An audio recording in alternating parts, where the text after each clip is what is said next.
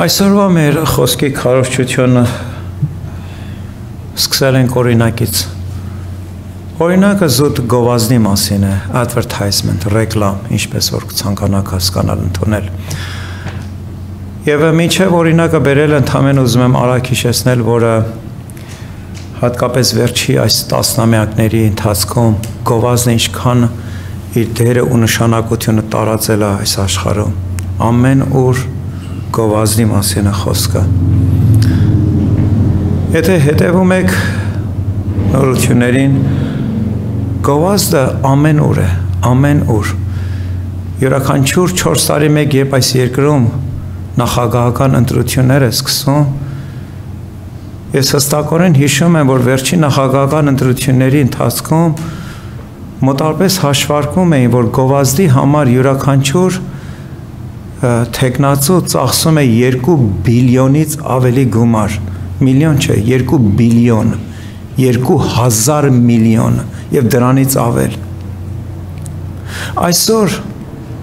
մեր շուրջ բոլորը նայենք հեռուստակայանները չեն կարող մեկ օր գոյատևեն առանց գովազդի։ Քաղաքական գործիչները երբեք չեն կարող հաջողության հասնել առանց գովազդի։ Գործարանները, տնտեսությունները, վիճակները չեն կարող մեկ վայրկյան մտածեն հաջողության մասին առանց գովազդի։ Գովազդը իրական է և օր-օրի ավելի է արժեքավոր դառնում։ Ասեմ ավելին,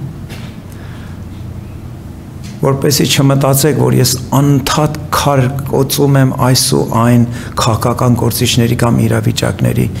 Հինգշաբթի Սուրբ Գրքի սերտողության ժամանակ խոսքը առիթ տրվեց և ինչ-որ պատճառով հիշվեց մեր 2 ամսվա չափ է, որ մեր հաղորդումները սկսել ենք պարոն Վրեժ Աղաջանյանի հեռուստակայանով յուրաքանչյուր շաբաթ օրը երեկոյան ժամը 6-ին։ Եվ վերջերս ես մտածում եմ, որ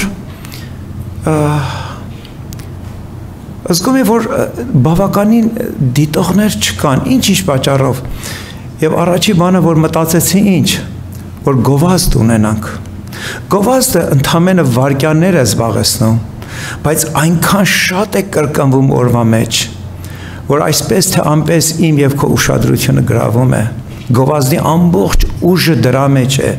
Փոքրիկ վայրկյանների ընթացքում այնքան շատ է կրկնվում, մինչև որ քո իմ և բոլորի ուշադրությունը գրավում է։ Դա գովազդ լինի Pepsi-Cola-ի, Coca-Cola-ի խորտիկների, ինչպես մեր հայաստանցիներն են ասում, թե քաղաքական ընտրությունների։ Եվ նույնիսկ մեր հոգևոր հաղորդումների գովազդ ենք պատրաստում ունենալ։ Գիտեք, շարժարիթները տարբեր են։ Եվ ես արդեն չեմ ուզում ավելին խորանամ, որովհետև այնպիսի տպավորություն կստացվի, որ այսօրվա մեր խոսքի նյութը գովազդն է, չէ սիրելիներս։ Այսքանը խոսելով գովազդի մասին, գովազդը այնքան է արժեքավորվել, որ նույնիսկ համալսարաններ և ինստիտուտներ կան, որ ուսանողները, երիտասարդուհիները գնում են, տարիներ սովորում են, որպեսզի գովազդի բնագավառում դառնան պրոֆեսիոնալներ։ Եվ Նյու Յորքում այդպիսի մի երիտասարդ դիմում է գրում և հանդիպում է այդ ինստիտուտի դիրեկտորին և ասում է, որ ես ցանկություն ունեմ, որ այս համալսարանի ուսանողը դառնամ, որովհետև որովհետև երազ ունեմ, որը ավարտելուց հետո 1 միլիոն դրամ շահեմ գովազդի բնագավառում, ինչպես իմ հայրս ուներ այդ նույն երազը։ Դիրեկտորին մի պահ թվում է, որ այս տղայի հայրը գովազդի բնագավառում մեծ դեմք է, որ 1 միլիոն դոլար է շահել։ Ասեց երիտասարդ, ով է քո հայրը, որ գովազդի բնագավառում 1 միլիոն դոլար է շահել։ Ասեց նա ոչ մի դոլար էլ չի շահել, նա ընդամենը երազում էր, որ այդ 1 միլիոն դոլարը շահեր։ Այսօրվա մեր խոսքի նյութը երազելու և հույս ունենալու մասին է։ Այսօր երբ որ մարդկանց հետ խոսում ես ու նրանց մտքերը փորձում ես ոչ թե քննադատաբար, այլ վերլուծական տեսանկյունով նայես, շատ հաճախ հասկանում ու տեսնում ես եւ նույնիսկ ինքդ ես եւ դու այդ վտանգի մեջ ենք, որպեսզի շփոթվենք երազը ու երազելու հույս ու հույս ունենալու մասին։ Դա շատ բարակ մի հատ բարակ գիծ է, որ մեկը մյուսից առանձնացնում է եւ շատ հաճախ մենք շփոթվում ենք, մենք հույս ունենք, թե մենք երազում ենք։ Այս երիտասարդը երազում էր։ Այսօր աշխարհի 7.5 բիլիոն մարդը անկախ իր հասարակական, տնտեսական, աշխարհագրական վիճակից, տեղից ամեն մարդ երազում է։ Բայց ամեն մարդ հույս չունի, կամ առավել եւս ավելի ճշգրիտ ասեմ, հույս Աստծո։ Մի քիչ առաջ երբ եղբայրը 91-րդ Սաղմոսն էր ընթերցում, չեմ ուզում Սուրբ Գիրքդ բացես, եթե գնաս տուն ու մի անգամ եւս ճշտես, 9-րդ համարի մեջ Սաղմոսի հեղինակ ասում է. «Իմ հույսս բարձրյալ Տիրոջ վրա է»։ Այս հույսի մասին է խոսքը։ Եվ եթե ես ու դու Աստծո խոսքը բերել ենք, դարձյալ Սաղմոս գրքից ես մեկ ուրիշ համար պետք է ընթերցեմ ձեզ համար, որ գտնում է 16-րդ Սաղմոս գրքի 9-րդ համարում, Psalm 16 verse 9։ Եվ Դավիթը, որ Սաղմոսի հեղինակն է, հետևյալն է ասում 9-րդ համարի մեջ. «Սրա համար իմ սիրտը ուրախ է եւ իմ փառքը ցնծում է եւ մարմինս էլ հույսով կբնակվի»։ Նկատում եք, Դավիթը իր մարմինը եւ հույսը կապում է իրար հետ փոխադարձ։ Եթե հիշում եք խոսքերը, որ Պողոս առաքյալը առաջի Կորինթացիս թղթի ամենագլուխգործոց իր գլխի մեջ հույս, հավատք եւ սիրո, այդ գլխի 11-րդ գլխի մեջ հետեւյալն է ասում. հույս, հավատք եւ սեր, եւ դրանցից մեծագույնը ինչն է? Սերն է։ Երբևիցե վերլուծել եք, երբևիցե մտածել եք, թե ինչու համար է հույս, հավատք, սերը առանձնացնում։ Փորձեմ իմ տեսանկյունս բացատրեմ, որտեվ քանի դեռ մարդ արարածը, առավել եւս Քրիստոսին հավատացող մարդը ապրում է այս երկրի վրա, մենք ունենք ու ձգտում ենք, փափագում ենք, ուզում ենք, աղոթում ենք, որ ունենանք եւ հույս, եւ հավատք, եւ սեր։ Բայց երբևիցե մտածել եք, որ հույսը ու հավատքը մեզ հետ մեռնելու է այն օրը, որ մենք հրաժեշտ տանք այս երկրի վրա։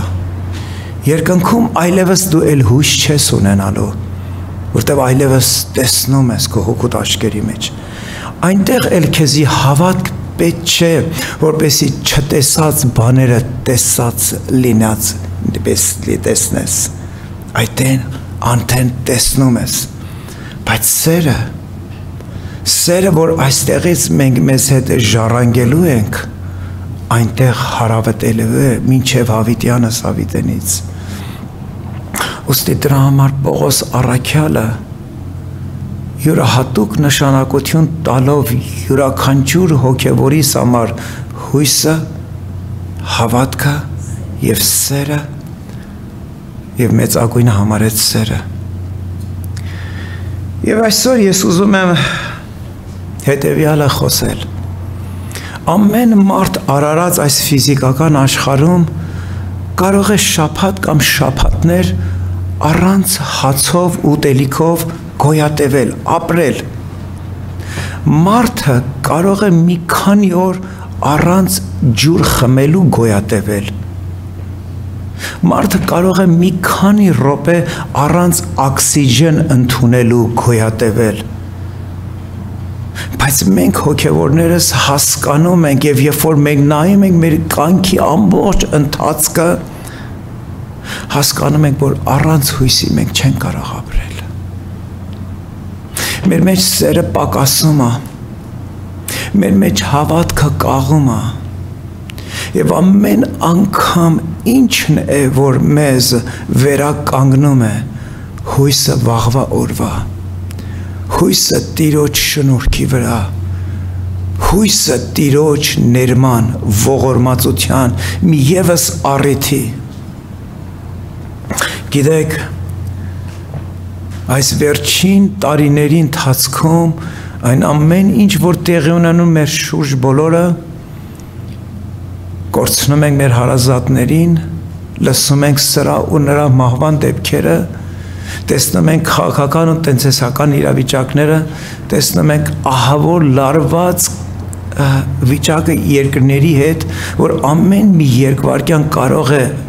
պատերազմ ու պատերազմների լուրեր լսենք, հասկանում եք, մենք բնականաբար պակասում ենք մեր մարմնի մեջ, մեր հավատքի մեջ, մեր սիրո մեջ ենք պակասում, ընկնում ենք, տկարանում ենք, գիտեք իրավիճակներով ենք անցնում, որ սայթակում ենք, կորցնում ենք մեր հոգևոր նկարագիրը, մեր արժեքը, եւ այդ իրավիճակում, երբ որ սերդ պակասել է, ու հավատքդ նսեմացել ու տկարացել է, ինչն է, որ քեզ վաղվա օրվա հետ է պահում ու կառչել տալիս, հույսը, որ Տերը այդ ընկած վիճակից, այդ տխուր վիճակից, այդ պակաս ու խեղճ վիճակից քեզ դուրս կհանի։ Այսօր մենք հավատացյալներս ամեն գիշեր, որ քնում ենք, ոչ միայն կոհանում ենք այդ օրվա նրա պահպանության եւ շնորհքի համար, այլ նաեւ հույսով ենք ապրում, որ Տերը մեզի վաղվա օրը պարգևի։ Մեր մեջ հույսը Տիրոջ կենթանության եւ իրականության հետ է կապված։ Բայց այսօր Աստծոց ու Աստծո հավատքից դուրս միլիոնավոր ու բիլիոնավոր մարդիկ քնում են ու ինքն ըստինքյան մտածում են, որ վաղը կարթնանան։ Սա է իմ եւ քո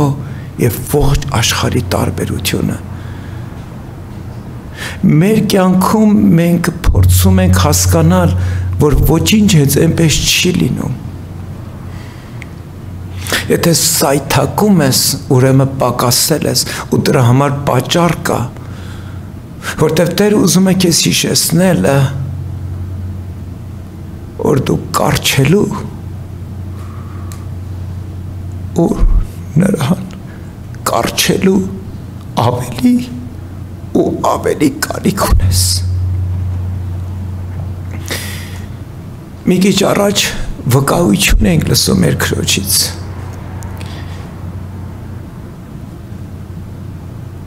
Այն ինչ որ կատարվեց մեր Քրոջ հարազատի ընտանիքում, մենք առավոտից գիշերը աղոթում ենք, որ Տերը մեզ պահի չարից եւ փորձությունից, բայց մեր կյանքում տխրությունները եւս մեկ բան է մեզ հիշեցնում, որ մենք կարիք ունենք ավելի ու ավելի կառչել նրանից։ Կառչելը ինչ է, եթե ոչ հույս ունենալ նրա շնորհքի ու ողորմության վրա։ Եթե ինձ հետ բացանեք Կողոսացիս գիրք առաջի գլուխ եւ միասին ընթերցենք 26 եւ 27-րդ համարները,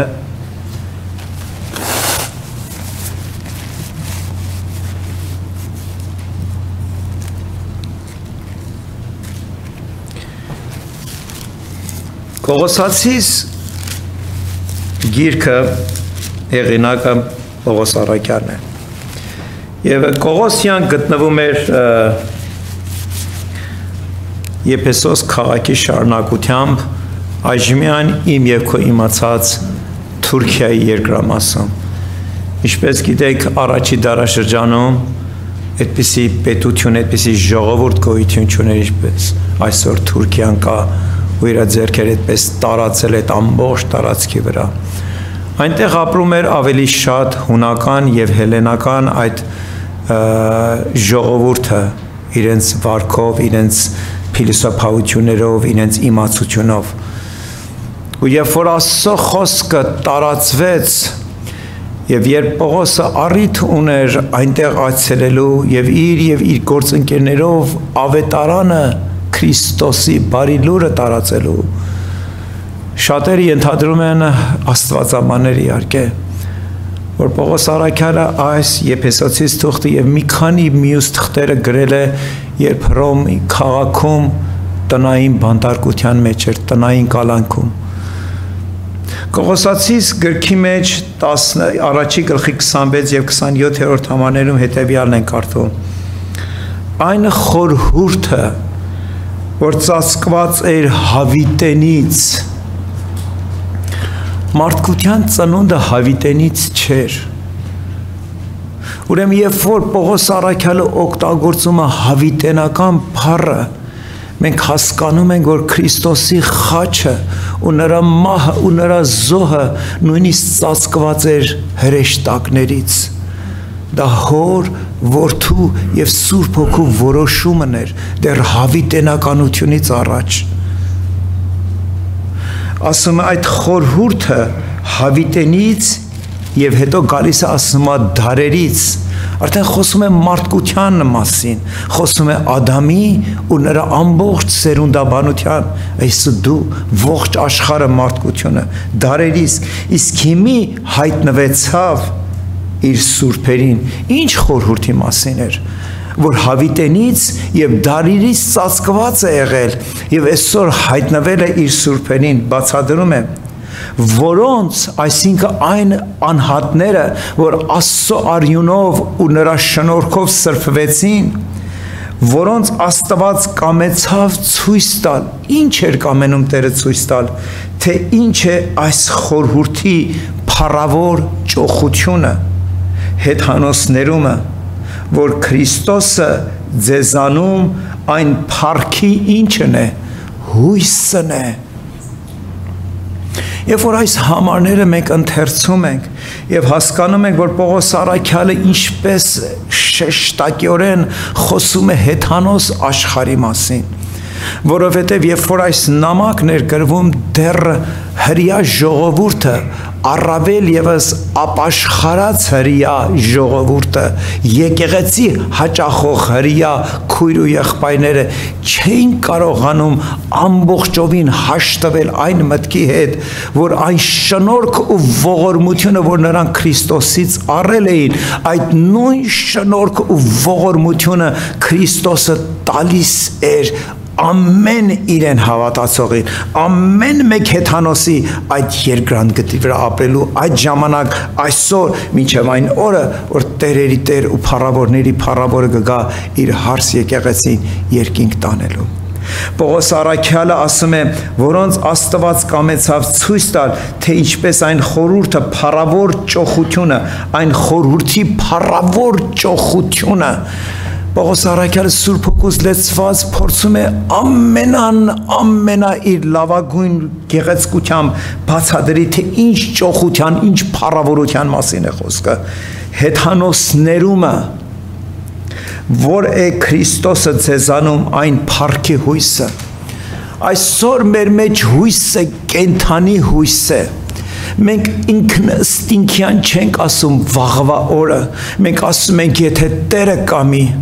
մեր հույսը Տիրոջ վրա է վաղվա ու մյուս օրվա եւ ամիսների ու տարիների եւ այն բոլոր օրերի համար, որ Տերը հաշվել է մեր կյանքից երկրի վրա։ Մենք ամեն օր այդ կենթանի հույսով ենք ապրում։ Եվ այստեղ այս խոսքերը ինձ ու քեզի օգտակար է, որ ես ու դու կարողանանք զանազանենք ու զատենք հույսը երազից։ Ամեն մարդ կարող է երազել։ Ամեն անգամ, երբ որ ես Հայաստան երկրի մասին եմ մտածում, երազում եմ, որ Քոչարյանի նման դավաճանները վերանան այս աշխարհի երեսից եւ երկիրը միանշանակ Աստծո հույսից կարճած դառնա մի բռունցք, մի մարդ, մի միաբանություն, մի զորություն։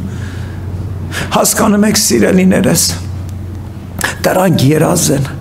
բայց Հայաստանի երկիրը այսօր սփյուռքը ինձ հետ միասին կարող է նման մի բան երազել, բայց այսօր Հայաստան երկիրը ու ժողովուրդն է, որ այդ երազը կարող է հույս դարձնել, հույս Աստծո վրա, աղոթք բարձրացնել, որպեսզի իրենց աչքերով տեսնեն վաղվա նոր օրը, այն օրը, որ այդ երկիրը կկառավարվի կառավարությունով, եւ ոչ թե ամեն շարքային տեղից ելնողը այսօր դառել է քաղաքական մեկնաբան եւ ժողովրդի արդեն շփոթ վիճակը ավելի ծայրահեղ շփոթության է մատնել։ Ամեն մեկս կարող ենք երազել, բայց ամեն մարդ չի կարող հույսով ապրել։ Եվ այն ինչ որ Պողոս առաքյալը բացատրում էր այստեղ, հույս կենթանի Քրիստոսի վրա, այն կենթանի Քրիստոսին, որին ճանաչել ես ու ներս ես հրավիրել, քո բոլոր նեղություններով, պակասություններով հանդերձ հույս ունես, որ վաղվա օրը Տերը նոր օր կտա, նոր շնորհ կբացի քեզ համար, նոր ողորմությունների դուռ, նոր առիթ կլինի, որպեսզի ես ու դու նորոգվենք, ապաշխարենք, դառնանք, բարձրանանք եւ հաստատվենք նրա մեջ։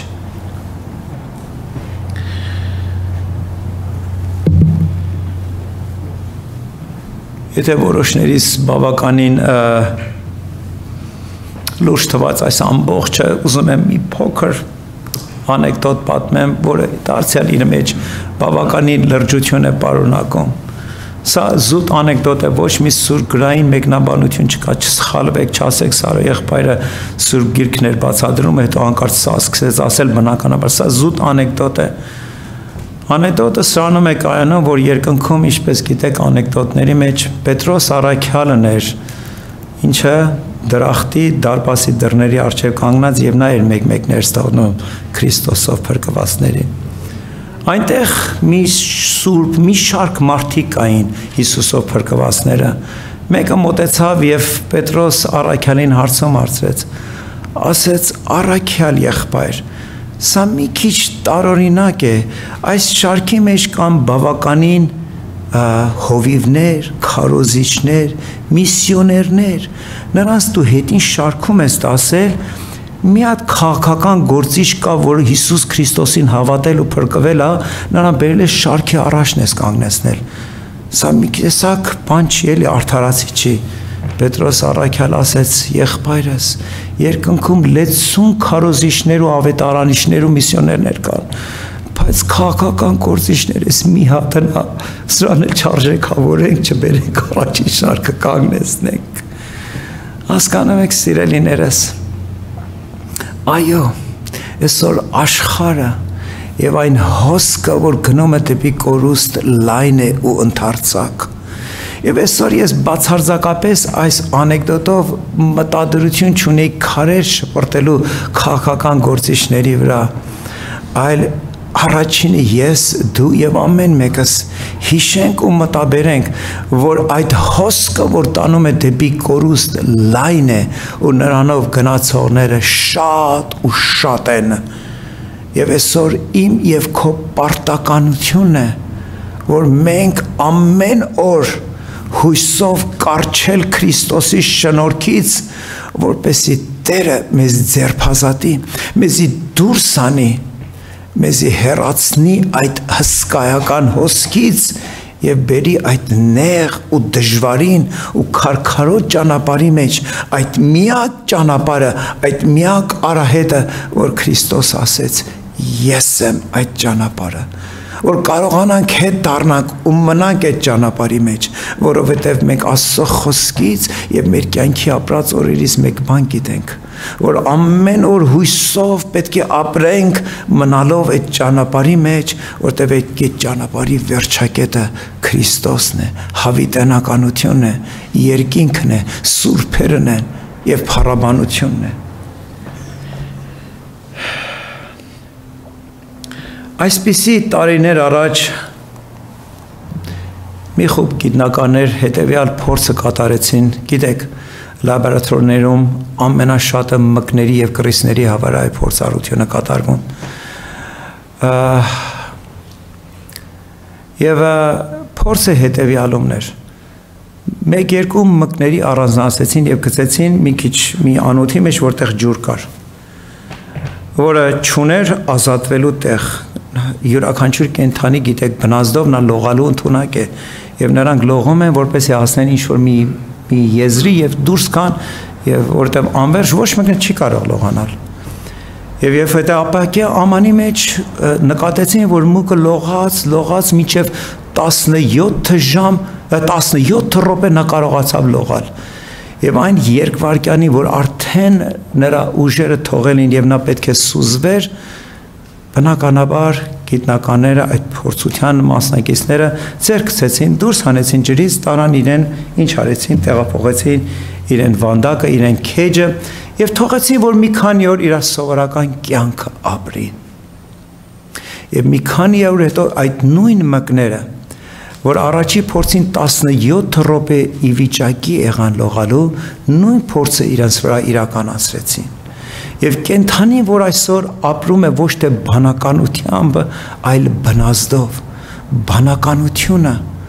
այդ հրաշք ուղեղ կոչված մարմինը մասը, որ Աստված մեր մեջ դրել է, այդ ամբողջ զգացումները, այդ ամբողջ մտածումները, ապրումները,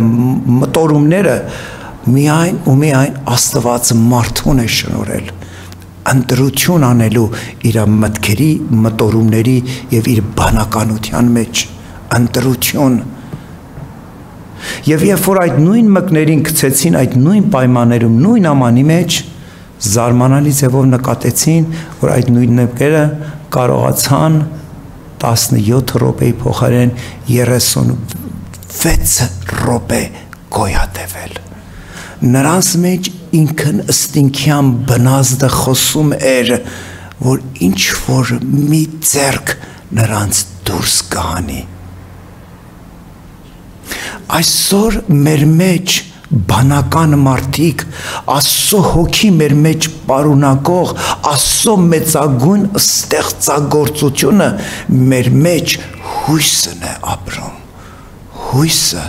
վաղվա օրվա մասին, հույսը, որ Տերը մեզ հետ կլինի, մեզ դուրս կհանի մեզ պակասից, հիվանդությունից կբժշկի, ընկած վիճակից վեր կկանգնեցնի, տկարությունից զորություն կտանի, անորոշությունից լույս կծագեցնի։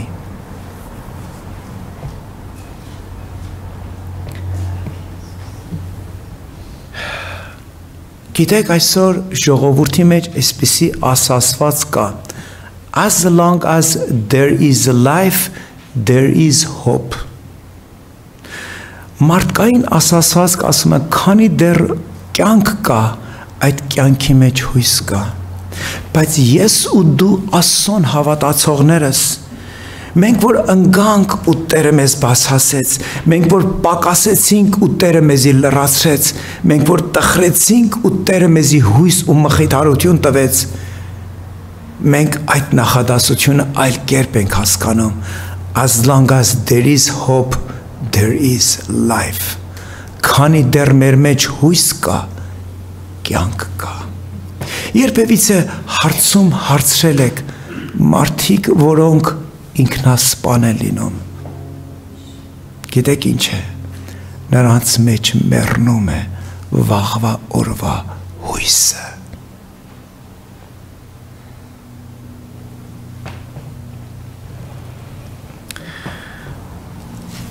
Ուզեմ միասին բացանենք Դաղթյա Սաղմոս գրքից 121-րդ Սաղմոսը Եվ միասին ընթերցենք առաջի 3 համարները։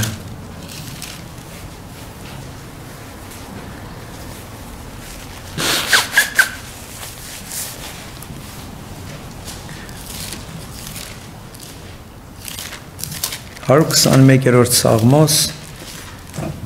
Ես բարձրացնում եմ իմ աչքերը դեպի սարերը, որտեղից կգա իմ օգնությունը։ Իմ օգնությունը Տերիցն է, որ երկինքը ու երկիրը սարավ։ Նա քո ոտքին սահել չի տալ, քո պահապանը չի քնել։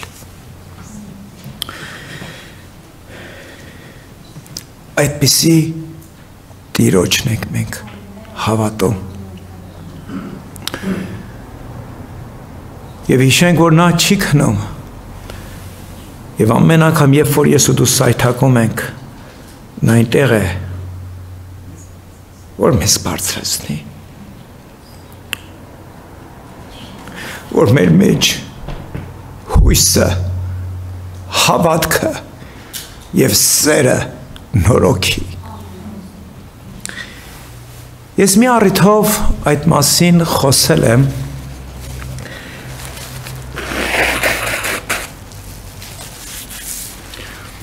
Բիլի Գրահամը սրանից մի քանի տարի առաջ իր մահկանացուն կնքեց և Տիրոջ ներկայություն է վայելում։ Նա իր ապրած տարիների մեջ ես հստակորեն գիտեմ, որ նման մի հավատացող մարդ նա մեկ բան գիտեր, որ պատահականորեն Աստված նրան այդքան շատ չի օրհնել։ Օրհնել, որ նա նստում էր նախագաների և թագավորների հետ ու զրույցի էր բռնվում, դերասաններ, մարզիկներ։ Աշխարհում մարդիկ, որոնք իմ ու քո համար հասանելի չեն, հասանելի էր Բիլի Գրահամի համար։ Եվ կասկած չունեմ ու վստահ եմ, որ ամեն մի առիթ Բիլի Գրահամը օգտագործեց, որ իր առջևում թագավոր էր, նախագահ էր, մարզիկ էր, երգչուհի էր, դերասան ու դերասանուհի էր, ասելու, որ Քրիստոսն է ճանապարհը և կյանքը։ Եվ երբ ասեցի, ես մի առիթով հիշեցի, Բիլի Գրահամը իր գրքերից մեկում ասում է, երբ աղոթքի մեջ էի, Սուրբ Հոգին ինձ Մերիլին Մոնրոյին հիշեցրեց։ Մերիլին Մոնրոն Ամերիկայի կինոաշխարհի ոչ թե մեծ դերասանուհի, բայց մեծ դեմք էր, որովհետև բաժին ու հաղորդակցություն ունեցավ մեծամեծ քաղաքական գործիչների հետ ընդհուպ մինչև այս երկրի նախագահի, այս ներկայացնային ժամանակվա Քենեդու հետ։ Եվ այդ առիթը ստեղծեց ու փորձեց այդ առիթը ստեղծելու, զանգահարեց և ցանկություն հատնեց, որ նրա հետ հանդիպում ունենա, որտեղ Աստծո Սուրբ Հոգին, որը հավիտենականության հոգի էր, գիտեր այսօրը, վաղվա օրը ու մինչև հավիտենականությունը։ Եվ սրտի ցավով Մերիլին Մոնրոն հրաժարվեց նրա հետ հանդիպելուց։ Եվ մեկ ամիս հետո նրան մեռած գտան, Մերիլին Մոնրոյին։ Եթե չեմ սխալվում, Աստված այնքան շատ օրհնեց այս եղբորը, որ այս երկրի 7 թե 8 նախագահների ընտրության հովիվն է եղել, աղոթելու և նրանց օծելու։ Մեկ ուրիշ անձի մասին եմ ուզում խոսել, Սթիվ Մաքքուինը։ Սթիվ Մաքքուինը Հոլիվուդի աշխարհում իմ տեսանկյունով երևի դերասանների մեջ բարձրագույնն է, ինձ համար։ Եթե ոչ, գոնե եթե 5 հատ անուն նշես, դրանցից մեկը Սթիվ Մաքքուինն է։ Եթե նրա կյանքի հետ փորձես ծանոթանալ, նա 1930 թվին ծնվեց, 1980 թվին իր մահկանացուն կնքեց, ընդամենը 50 տարեկան էր, իր փառքի գագաթնակետում էր։ իր մանկությունը ահա որ տխուր ու դժբախտ ա եղել, հայրը թողեց, որտեվ մերը հարբեցող էր, իսկ հարբեցող մերը 3 ամսեկան Ստիվին իր ծնողներին հանձնելով հեռացավ նրա կյանքից։ Ստիվ Մաքքյունը 60-ական թվականներից դարձավ ոչ թե Ամերիկայի, այլ աշխարհահռչակ մի դերասան։ 70-ական թվականներին ասում են ամենաբարձր գնահատական ու գին տրվող դերասանն էր։ 78 թվին, երբ անհանգստություն ու նեղություն ունեցավ, ու երբ որ բժիշկները նրան քննեցին, նրան հայտնեցին, որ թոքերի քաղցկեղ ունի, իր կյանքի օրերը հաշված են։ Չգիտեմ ճշգրիտ օրը ու ժամանակը, բայց նա առիթ ունեցավ Բիլի Գրահամի հետ հանդիպելու։ Եվ ինչպես խոսքից սկզբում ասեցի, Բիլի Գրահամը հանդիպելուց հետո նրա հետ խոսում էր։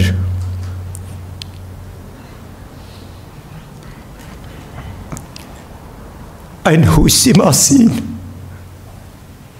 որ ամեն ոք կարող է ունենալ Քրիստոս Հիսուսին հավատալով ու ճանաչելով, երասրտուն Տեր ու Փրկիչ հռչակելով։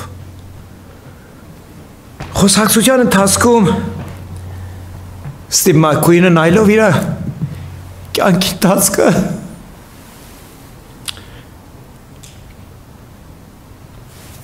մտածում էր,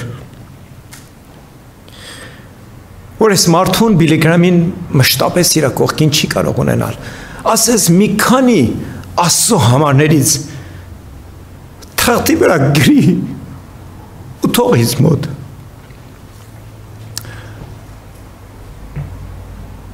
Բիլի Գրահամը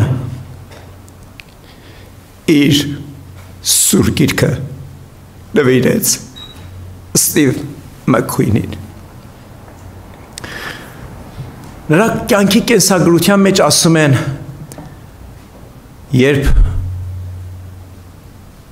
1980 թվի տարեսկզբում Ամերիկայի բժիշկները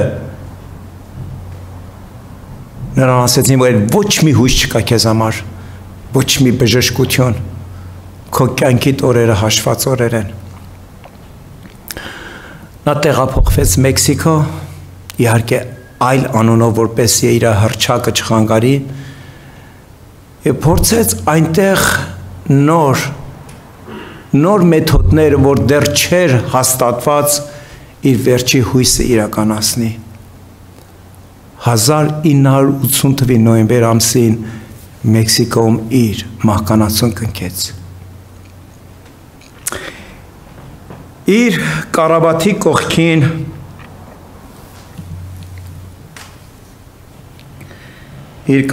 կողքին գտան սուր գիրքը, բացված եւ հետեւյալ էջի վրա էր մնացել, ընդգծված այդ մեկ համարը Տիտոսի գրքից։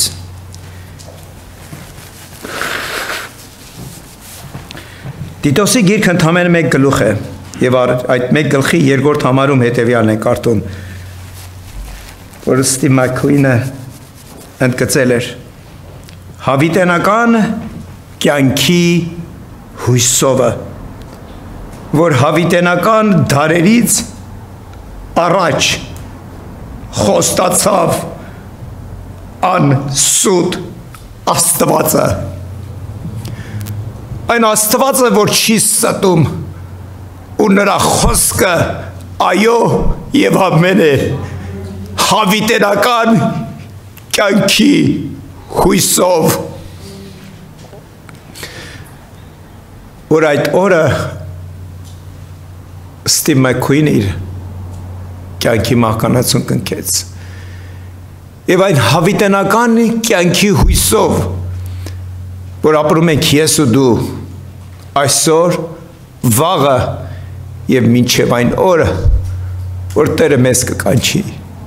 իր մոտ։ Ամեն։